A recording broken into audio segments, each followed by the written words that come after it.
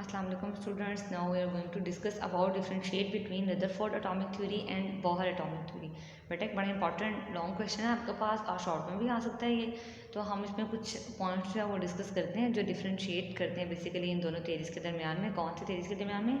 बॉहर की और रदरफोर्ड की एटॉमिक थ्योरी के दरमियान में। फर्स्ट पॉइंट जो हमारे पास आता है जो बेटा रदरफोर्ड की एटॉमिक थ्योरी है वो बेस करती हुई क्लासिकल थ्योरी पे, और अगर हम देखें बॉहर को तो उसकी जो एटॉमिक थ्योरी है वो बेस करी है क्वांटम थ्योरी पे। इस तरह से बॉहर ने कहा कि इलेक्ट्रॉन जो है वो रिवॉल्व करते हैं around the nucleus in orbits of fixed energy, लेकिन रदरफोर्ड ने हमें कोई भी ऐसा कॉन्सेप्ट नहीं दिया था ऑर्बिट्स का या फिक्स्ड एनर्जी को। उसने सिर्फ इतना कहा इलेक्ट्रॉन्स रिवॉल्व करते हैं अराउंड द न्यूक्लियस। रदरफोर्ड ने हमें बेटा ऑर्बिट का कोई भी जो है वो कॉन्सेप्ट नहीं दिया, लेकिन हमें बॉहर ने प्रॉपर्ली ऑर्बिट को एक्सप्लेन किया और उसके एंगुलर मोमेंटम के बारे में भी बताया। इसी तरह से रदरफोर्ड ने कहा कि एटम जो है वो उसको प्रोड्यूस करना चाहिए कॉन्टिन्यूस स्पेक्ट्रम, लेकिन इनफैक्ट जो है वो लाइन स्पेक्ट्रम देखने में, और बॉहर ने जो है वो इस बात को हमें एक्सप्लेन भी किया। और इस रदरफोर्ड ने फिर हमारे जो लास्ट पॉइंट आता है हमारे पास डिफरेंशिएशन के लिए वो आता है कि उसने कहा कि एटम शुड कोलैप्स, एटम को जो है वो कोलैप्स हो जाना चाहिए ना, लेकिन इनफैक्ट जो है हमारे पास एटम जो है वो एट द एंड तक जो है वो एग्जिस्ट करता है। तो ये हमारे पास 5 मेन पॉइंट्स हैं रदरफोर्ड और बॉहर की एटॉमिक थ्योरी में, और बड़े इंपॉर्टेंट हमारे पास ये long question as a short question रहता है, इसको आपने बहुत ही अच्छे से याद करना है। नेक्स्ट हम अपने मेन क्वेश्चन की तरफ जाते हैं, दैट इज़ इलेक्ट्रॉनिक कॉन्फ़िगरेशन। इसके अंदर इलेक्ट्रॉनिक कॉन्फ़िगरेशन को बेटा समझने के लिए सबसे पहले आपको शेल और सबशेल का कॉन्सेप्ट मिलना चाहिए। तो आज हम सबसे पहले जो शेल्स एंड सबशेल को डिस्कस करेंगे और कल जो है हम अपने वो मेन टॉपिक की तरफ मूव करेंगे। शेल जो है बेटा वो क्या होता है? हमारे पास न्यूक्लियस के गिर्द बेटा एक जो सर्कुलर पाथ होता है जहाँ पर जो है एक इलेक्ट्रॉन जो है या more than one electron revolve कर रहे होते हैं, उसको बेसिकली हम लोग कहते हैं शेल और प्रिंसिपल एनर्जी लेवल। बेसिकली वो उन जो सर्कुलर पाथ होता है न्यूक्लियस के गिर्द जहाँ पर इलेक्ट्रॉन रिवॉल्व कर रहे होते हैं उसका हम लोग क्या कहते हैं? शेल और प्रिंसिपल एनर्जी लेवल। और वो हमारे पास होते कौन से हैं? कैपिटल लेटर्स इसको रिप्रेजेंट करते हैं के, एल, एम, एन और ऑनवर्ड ये फिर होते हैं हमारे पास मेनली, लेकिन हमारे पास के, एल, एम और एन नहीं आते हैं। अब शेल की प्रॉपर्टीज़ की बेटा अगर हम देखते हैं शेल्स को होते कैसे हैं या शेल्स के पास क्या क्या कैरेक्टरिस्टिक्स होती हैं, ये पाथवे कैसा होता है, तो बेटा शेल्स जो हैं वो मेन एनर्जी लेवल्स होते हैं जहाँ पर इलेक्ट्रॉन पाए जाते हैं।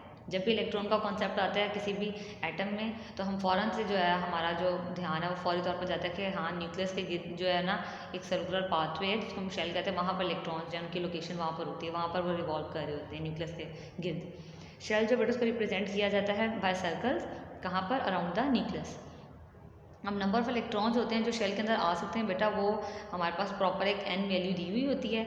अब वो एन जो है वो कोई भी हो सकता है 1, 2, 3 ऑनवर्ड, वो जो एन की वैल्यू होती है वो बेसिकली शेल का नंबर होता है कि 1 है, 2 है, 3 है, 4, ठीक है। इस तरह से बेटा वो कहता है डिफरेंट एनर्जी लेवल्स होते हैं, या आप कह सकते हैं कि डिफरेंट शेल्स होते हैं हमारे पास जहाँ पर जो है वो अब न्यूक्लियस के गिर्द जो पाए जा रहे होते हैं, और अंदर से वो शुरू होते हैं, हम बाहर की तरफ इसको काउंट करना शुरू करते हैं। मतलब न्यूक्लियस पाया जा रहा है उसके गिर्द पहला आएगा, फिर उसके बाद सेकंड, मतलब सेंटर से ऑनवर्ड हम उसको काउंट करना शुरू करते हैं। शेल जो है बेटा वो कंसिस्ट करता है फर्दर उसके पास सब शेल्स होते हैं या ऑर्बिट्स होते हैं जहाँ पर मजीद उसके जो है वो फिर सब शेल्स वगैरह पाए जाते हैं जिसको हम स्मॉल लेटर से रिप्रेजेंट करते हैं, like small S, small P, small D, small F वगैरह। अब जो बेटा हमारे पास सबशेल होता है या ऑर्बिटल होता है उसको जो है वो स्मॉल अल्फ़ाबेटिकल लेटर्स हमने देखा कि हम उसको रिप्रेजेंट कर रहे हैं। ये भी बेसिकली एनर्जी लेवल्स हैं जिसको हम जो है वो एन वैल्यू के साथ ही रिप्रेजेंट करते हैं, और शेल की तरह जो है जैसे शेल्स को हम कैपिटल लेटर से रिप्रेजेंट करते हैं, इसको हम लोग स्मॉल जो है अल्फ़ाबेटिकल लेटर्स के साथ रिप्रेजेंट करते हैं। शेल जो है बेटा जितना न्यूक्लियस के नज़दीक तरीन होगा उतनी उसके पास जो है वो कम एनर्जी होगी। जैसे अगर सबसे पहले हमारे पास के शेल आता है जो कि न्यूक्लियस के नज़दीक तरीन होता है, फर्स्ट शेल होता है, तो उसका जो एनर्जी लेवल शेल का वो हमारे पास जब वो कम होगा, जैसे जैसे हम आगे जाएंगे एल की तरफ, एम की तरफ, उतने जो है वो हमारे पास के से ऑनवर्ड जब वो एनर्जी जो है वो बढ़ती जाएगी। अब हम शेल्स की और उसकी एनर्जीज की बात कर लेते हैं बेटा। फर्स्ट एनर्जी लेवल हमारे पास होता है जो यहाँ फर्स्ट शेल हमारे पास होता है के शेल, और उसकी जो एनर्जी होती है वो कम होती है। ये आपने ये चीज़ें याद रखनी है बेटा। सेकंड शेल हमारे पास होता है एल शेल, उसकी एनर्जी जो होती है वो के की निस्बत ज़्यादा होती है। थर्ड हमारे पास होता है एम, और उसकी जो एनर्जी होती है वो एम, के और एल दोनों से ज़्यादा होती है। इस तरह से हमारे पास जो फोर्थ वन आता है वो एन आता है, और उसकी एनर्जी बाकी इन तीनों से भी ज़्यादा होती है। तो आपने ये जो यहाँ पर याद रखने वाली चीज़ है वो यही है कि शेल की डेफिनेशन याद करनी है। मेनली इनमें से शॉर्ट क्वेश्चन आते हैं, ये लॉन्ग क्वेश्चन का टॉपिक नहीं है। आज इसमें से जितनी भी आप छोटी छोटी चीज़ें याद कर रहे हैं हमेशा आपको शॉर्ट क्वेश्चन में वो डिफरेंट वेज में डिफरेंट जगह पर आपको पूछ सकते हैं कि शेल क्या है, शेल की डेफिनेशन बताओ, शेल को कैसे रिप्रेजेंट करते हैं, इसके पास क्या इसकी प्रॉपर्टीज़ होती हैं, शेल कैसा होता है, और अब जैसे हमने डिस्कस किया तो आपको पता होना चाहिए शेल के नंबर और उसकी एनर्जी के बारे में। से पहले के है, फिर एल है, फिर एम है और एन है, इस तरह से इनकी एनर्जी के से ऑनवर्ड बढ़ती जाती हैं। अब ये जो एक और मजे की चीज़ जो आपने यहाँ पर याद रखनी है कि इस शेल में कितने इलेक्ट्रॉन आ सकते हैं, किस शेल में कितने इलेक्ट्रॉन आ सकते हैं। जैसे के शेल में मैक्सिमम 2 इलेक्ट्रॉन आ सकते हैं, एल शेल में मैक्सिमम 8 इलेक्ट्रॉन्स आ सकते हैं, एम शेल में 18 एंड एन शेल के अंदर 32 इलेक्ट्रॉन्स जो है बेटा वो हमारे पास आ सकते हैं। तो यहाँ पर ये चीज़ें आपने याद रखनी है कि फर्स्ट शेल कौन सा है, उसकी एनर्जी कितनी है और उसके अंदर कितने इलेक्ट्रॉन आ सकते हैं। पहला शेल के, उसके अंदर 2 इलेक्ट्रॉन आ सकते हैं, उसकी एनर्जी निस्बतन बाकी से कम होती है क्योंकि वो न्यूक्लियस के नज़दीक तरीन होता है। दूसरा एल, उसकी जो है हमारे पास इलेक्ट्रॉन, उसके अंदर 8 इलेक्ट्रॉन आ सकते हैं मैक्सिमम, उसकी एनर्जी जो वो के से ज़्यादा होती है। तीसरा एम शेल होता है, उसके अंदर 18 इलेक्ट्रॉन आ सकते हैं और उसकी एनर्जी के और एल दोनों से ज़्यादा होती है। फोर्थ वन हमारे पास एन होता है, उसमें मैक्सिमम 32 इलेक्ट्रॉन आ सकते हैं और उसकी एनर्जी इन तीनों जो पीछे हमारे पास रह गए हैं उनसे के एल एम, इन तीनों से जो उसकी एनर्जी ज़्यादा होती है क्योंकि वो ज़्यादा जो है वो न्यूक्लियस से दूर होता है। इसके बाद बेटा हमारे पास आ जाता है सब शेल, जिसको हम पहले सब शेल बेटा हमारे पास क्या है कि सब शेल जो है ईच जो शेल है वो कंसिस्ट करता होता है 1 और मोर सब शेल्स पर, उसको हम ऑर्बिटल्स भी कहते हैं। हर सब शेल जो है बेटा उसको हम रिप्रेजेंट करते हैं स्मॉल अल्फ़ाबेटिकल लेटर से, like small S, small P, small D and small F. इसमें बेटा इसकी प्रॉपर्टीज़ की अगर बात करते हैं तो फर्स्ट एनर्जी लेवल होता है, लाइक जो के शेल है हमारे पास, उसके पास जो है वो एक हमारे पास सब शेल होता है जिसको हम लोग एस सब शेल कहते हैं या एस ऑर्बिटल कहते हैं। जैसे सेकेंड जो हमारे पास energy level that is L shell, उसके पास जो है वो 2 सब शेल्स होते हैं that is s and P.